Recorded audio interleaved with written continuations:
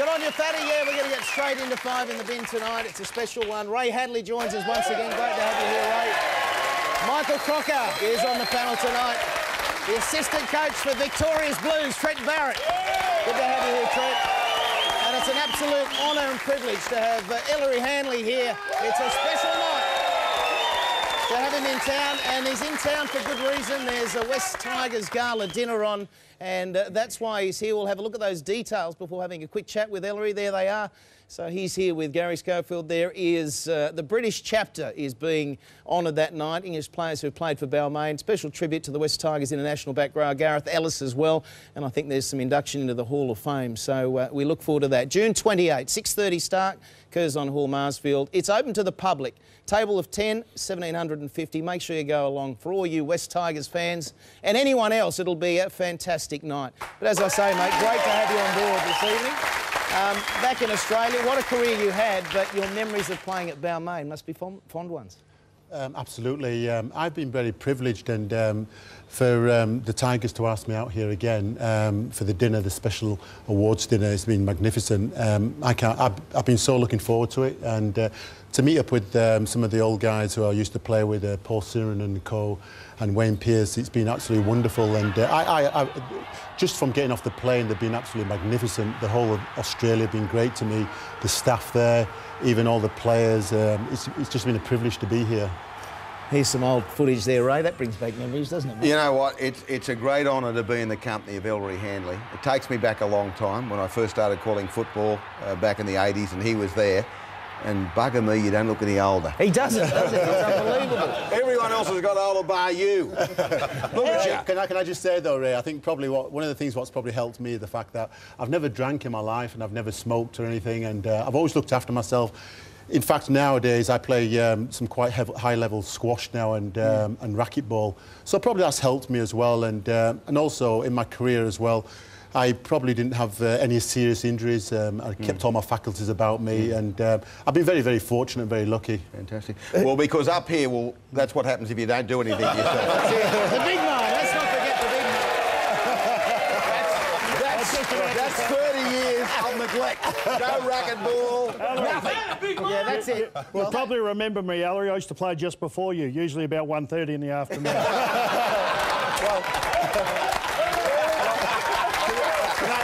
Can I just say, I don't believe that for 1 minute, because I know that he played for Queensland and he's an outstanding player he was. Oh, stop it, Ellery. Let's get into it. I can't believe a career that's been about 17 years and you still look great. So let's have a look at the topic tonight. No surprises. We're reviewing Origin 2. We'll get straight into it. 5 on the clock. Let's tick it down. Ray, there were gladiators out there last night. I know we say it in the aftermath of Origin, but last night, from start to finish, they were gladiators. It's just another level. It is another level, and you have to admire everyone who participates. But I hope the New South Wales Rugby League have learned a valuable lesson. In the last 5 or 10 minutes, the crowd really, really helped. They wouldn't have helped in Melbourne or anywhere else. You can't give away the home games. It's too big an advantage. And really, I don't know if New South Wales could have held Queensland at bay without the crowd and the support they got last night. So for goodness sake, New South Wales Rugby League, punt Melbourne, stay in Sydney, please. Well, Trent, you don't, as the assistant coach, you don't want to hear that. You know that, don't you? And it's too late now, for this year anyway. Yeah, no, that's right. You know, certainly going to Melbourne, you know, wasn't certainly something that we liked, but it was out of our control. And you know, but last night I thought we were terrific. You know, defensively outstanding, and it wasn't something, or it's not something you can train for. That's just attitude and desire. And you know, full credit to our boys. We were very proud of them. Yeah, Ellery, you were at the game. What did you think, mate? Yeah, well, once again, it was a privilege for me to be there, because I'd never seen a State of Origin game live.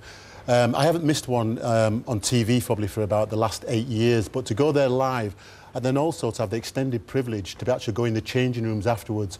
And what the wonderful warmth there was, Ricky Stewart came up to me, hugged me, which was lovely. One of my old playing pals as well, and Trent as well. The game was magnificent, a different level completely.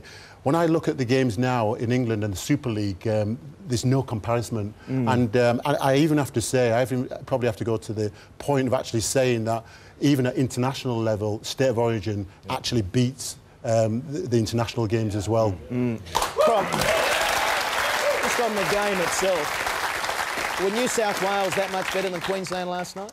I think they'll better. I don't know if it was. I think the scoreline reflected how much the difference between the two teams. Yeah. But you know, it was one of the most intense, brutal, fastest games I've ever watched. And you know, from the first run to the last scrum there, you were enthralled the whole way through. It was, you know, and the heroes came out of it. Farah with 66 tackles, people playing injured. It was a classic Origin. That card up, that set the tone, didn't it, from that young bloke from Grant? I mean, when him and Petro, and the beautiful part of that. I don't think we've ever seen that. No, Petro the mentor, the bloke who was at Penrith guiding this young fella, and they come in to that sort of contact, and that set the tone for the next 79 minutes. Yeah. But Big Man, I start to think about Queensland going to Suncorp. They had the fullback busted. They had Tate busted. They lose Sam Thaiday before the game. Corey Parker lost during the game. I think they'll take a fair bit of out of that going back to Suncorp. Oh, I think they will, Ray. I'm worried about the injuries, though. Billy Slater appears as though he won't be there for Game 3 unless he makes a miracle recovery. I would say the second row will struggle to be there as well.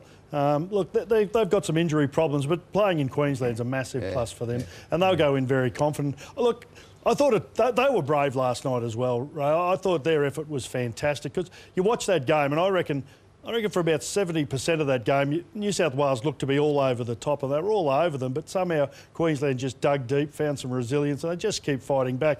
And I really think, you know, 10 minutes to go in that game, how many New South Wales supporters were thinking, oh no, here they come, they're going to get us again. And had it written all over it. Trent, you were up in the box watching the game. Yep. Ricky was down on the field. Does that give you a little bit of relief being that distance? He can't badger you through the 80 minutes? Yeah, it was different being on the other end of the microphone, let's put it that way. So, but he obviously wanted to be down with the players, and for the players that would mean a lot.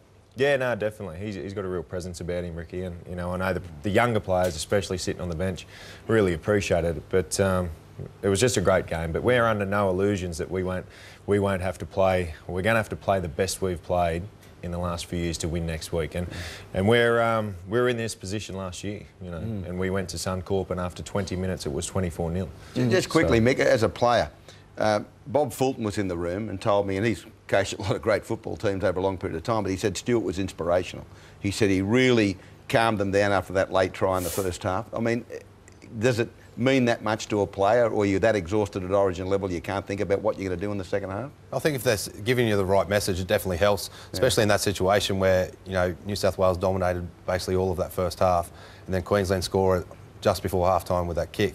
You know, in the back of their minds, they're going, oh no, here we go again. But you know, if Sticky gets them in there and says the right message, gets them out, gets them starting the second half on a positive note, then that definitely helps. I think. Running out of time, I want to know, Ellery, would you have liked to play State of Origin? Yeah, it actually makes you feel jealous that you're actually not part of it, and I'd have loved to have played. One of the things I liked about after the game was the fact that, as I said, I was privileged to be actually in the changing rooms afterwards in the New South Wales changing room, and we're listening to Ricky afterwards.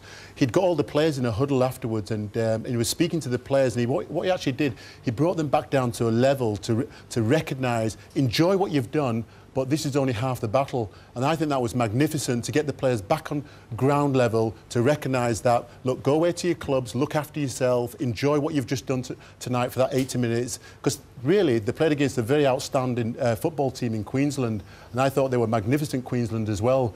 And I thought New South Wales just deserved to edge it just about. But he set the stall ready for them to go up into Queensland in the mindset already. Well said, mate. Thanks for coming again. We will see you in Brainstrain a little bit later on, but thanks for coming on. Thanks to the panel as well. Thank you, guys. Well, Paddy, the good thing is, mate, it is 1-1, series alive, and we're counting down the next 3 weeks already. Back to you.